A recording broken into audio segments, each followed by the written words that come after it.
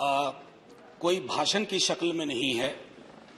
एक शोक संतप्त गणतंत्र के एक अदना नागरिक समझिए या एक जनप्रतिनिधि समझिए, उसकी ओर से कुछ बातें कही जा रही हैं।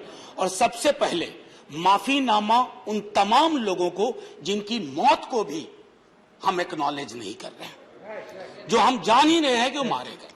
तो ये माफीनामा सर सिर्फ मेरा नहीं है। मैं इसलिए ये बात कह रहा हूं कि मई के महीने में मैंने 6 आर्टिकल लिखे।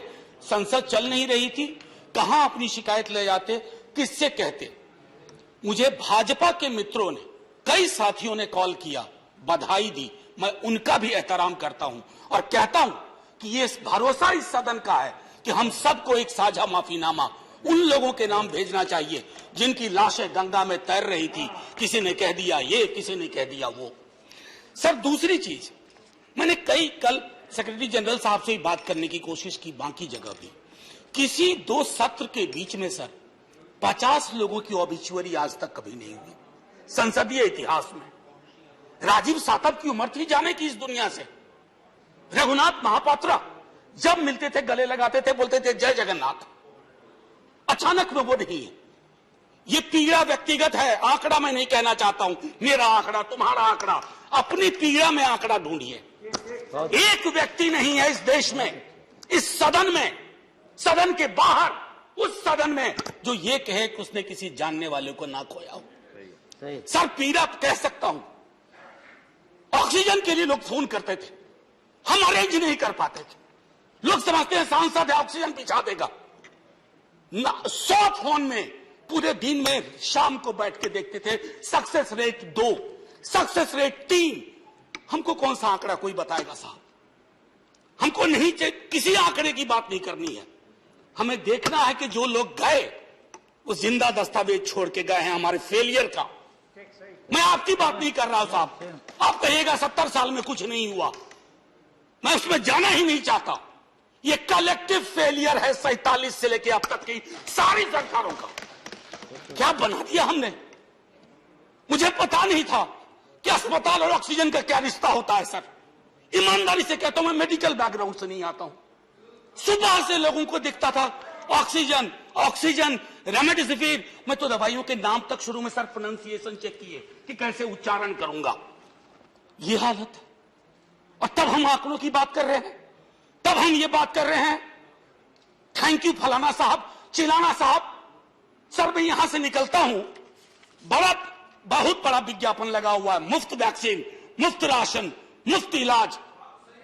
सर एक मिनट, मैंने किसी नहीं, please I don't want my time. मैं किसी दल की ओर से आज नहीं बोल रहा हूं। मैं दावे के साथ कहता हूं, मैं लाखों लोगों की ओर से बोल रहा हूं जो यहां बोलना चाहते हैं। अब मेरी बात सुनिए, आज शिकायत नहीं कर रहा हूं आपसे। ये वेलफेयर स्टेट है ना। एक साबुन की टिकिया अगर कोई गरीब गांव में खरीद रहा है ना सर, तो अडानी अंबानी के बराबर का करदाता है। आप उसको कह रहे हो मुफ्त वैक्सीन, मुफ्त इलाज, मुफ्त राशन। नहीं साहब, कुछ मुफ्त नहीं है, उसका स्टेट है। इस वेलफेयर स्टेट का कमिटमेंट है। उसको आप डिनाइग्रेट मत करिए, डेमोनाइज मत करिए, उसे बौना मत बनाइए। ये आग्रह है मेरा। सर मैं इससे पहले की कुछ और बातें कहूं, मेरे पास अभी वक्त है। सर इस कोरोना को मैं भी मानता हूं, मेरे पूर्व के वक्ता कुछ कह रहे थे, ये चैलेंज है हमारे लिए सर। बहुत बड़ी बड़ी बातें नए नए कानून की हो रही है। राइट टू हेल्थ की बात क्यों नहीं करते हम लोग? राइट टू हेल्थ, स्वास्थ्य का अधिकार, उसमें कोई किंतु परंतु लेकिन परंतु नहीं। सीधे तौर पे स्वास्थ्य का अधिकार constitutionally guaranteed. Right to life के साथ लिंक करिए। किसी अस्पताल की मजाल नहीं होगी कि वो उस खिलवाड़ कर पाए उस राइट टू लाइफ का। करना नहीं चाहते। राइट टू वर्क, उस पर काम करिए। पॉपुलेशन को लेकर के बहुत बातें हो रही हैं साहब। डेमोग्राफी को, डेमोग्राफर्स को छोड़ दीजिए, बड़ा संश्लिष्ट विज्ञान है, लेकिन ये हम कर सकते हैं इस सदन और उस सदन में।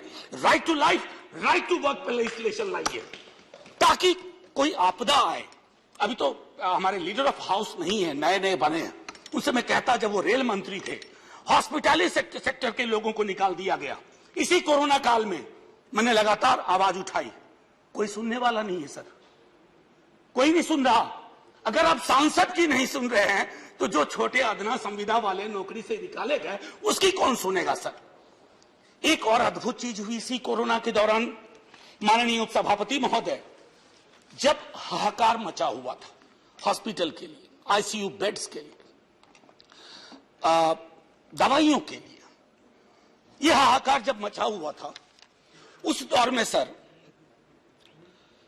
कई चीजें हुई, जिसमें से एक जो महत्वपूर्ण चीज मैं जिसका जिक्र करूंगा, उस हाहाकार में सरकारें, मैं सिर्फ केंद्र को नहीं कह रहा हूं, कई राज्य सरकारें भी नदारत थी।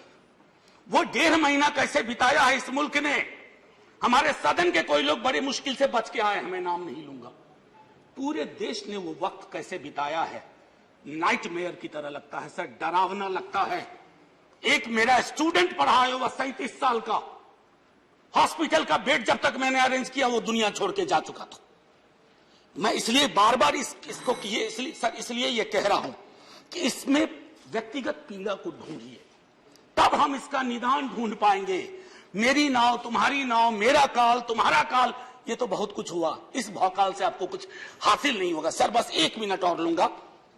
जो मैं कहना चाह रहा था, सर एक खत मैंने मृतात्माओं के नाम लिखा था, कुछ कर नहीं पा रहा था, बेबसी में एक खत लिखा जो लोग इस दुनिया से चले गए। उसमें कुछ मैंने सलाह दी थी सर सरकार से, और ये जो उस बीच में कहा गया कि सरकारें फेल नहीं की, सिस्टम फेल कर गया। अरे साहब, ये सिस्टम कौन क्या है? बचपन से सुनते थे कि सिस्टम के पीछे व्यक्ति होता है, सिस्टम के पीछे एक संरचना होती है।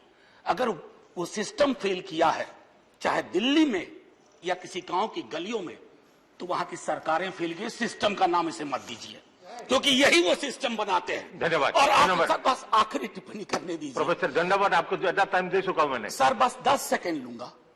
आज जय हिंद बोलने में भी वो खुलूस नहीं आ रहा है जो आम दिनों में हुआ करता है। मैं सिर्फ इतना आपसे आपके माध्यम से कहना चाहता हूं, मैंने एक शिकायत नहीं की सर, किसी से नहीं। किससे शिकायत करेंगे? आहत हूं, जगाना चाहता हूं स्वयं को भी, आपको भी, क्योंकि अगर गंगा में तैरती लाशें, सर जिंदगी में डिग्निटी चाहिए, मौत में उससे बड़ी डिग्निटी चाहिए। हमने अनडिग्निफाइड डेथ को विटनेस किया है, और अगर हमने इसको दुरुस्त नहीं किया सर, आने वाली सदियां माफ नहीं करेगी। आप बड़े बड़े इश्तहार छपवाओ, अखबारों के 4 पन्ने रंग दो, फलाना थैंक यू सर, इतिहास को थैंक यू कहने का मौका मिलना चाहिए। धन्यवाद। जय हिंद सर। अगर मेरी बात से फिर भी किसी को कष्ट पहुंचाओ, मैं उन्हीं लाखों लोगों की धन्यवाद डेड बॉडी के बिहाफ पे आपसे माफी मांगता हूं। जय हिंद।